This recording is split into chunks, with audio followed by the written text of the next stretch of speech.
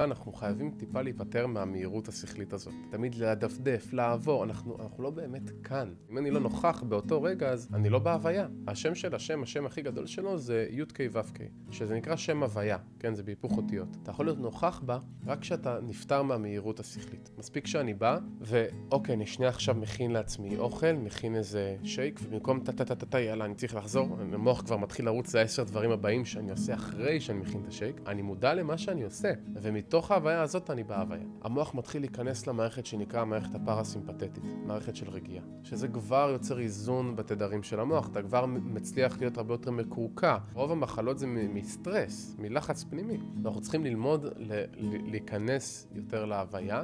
לפעמים גם אני לא שם לב, אני פתאום אמרתי לך, אני מדבר מהר מול המצלמה כדי לגעת בנקודה, לתת לאנשים את מה שאני רוצה לתת להם. אבל רגע, שנייה, בוא שנייה נבין מה קורה פה, בוא שנייה נקשיב לסרטון עד הסוף.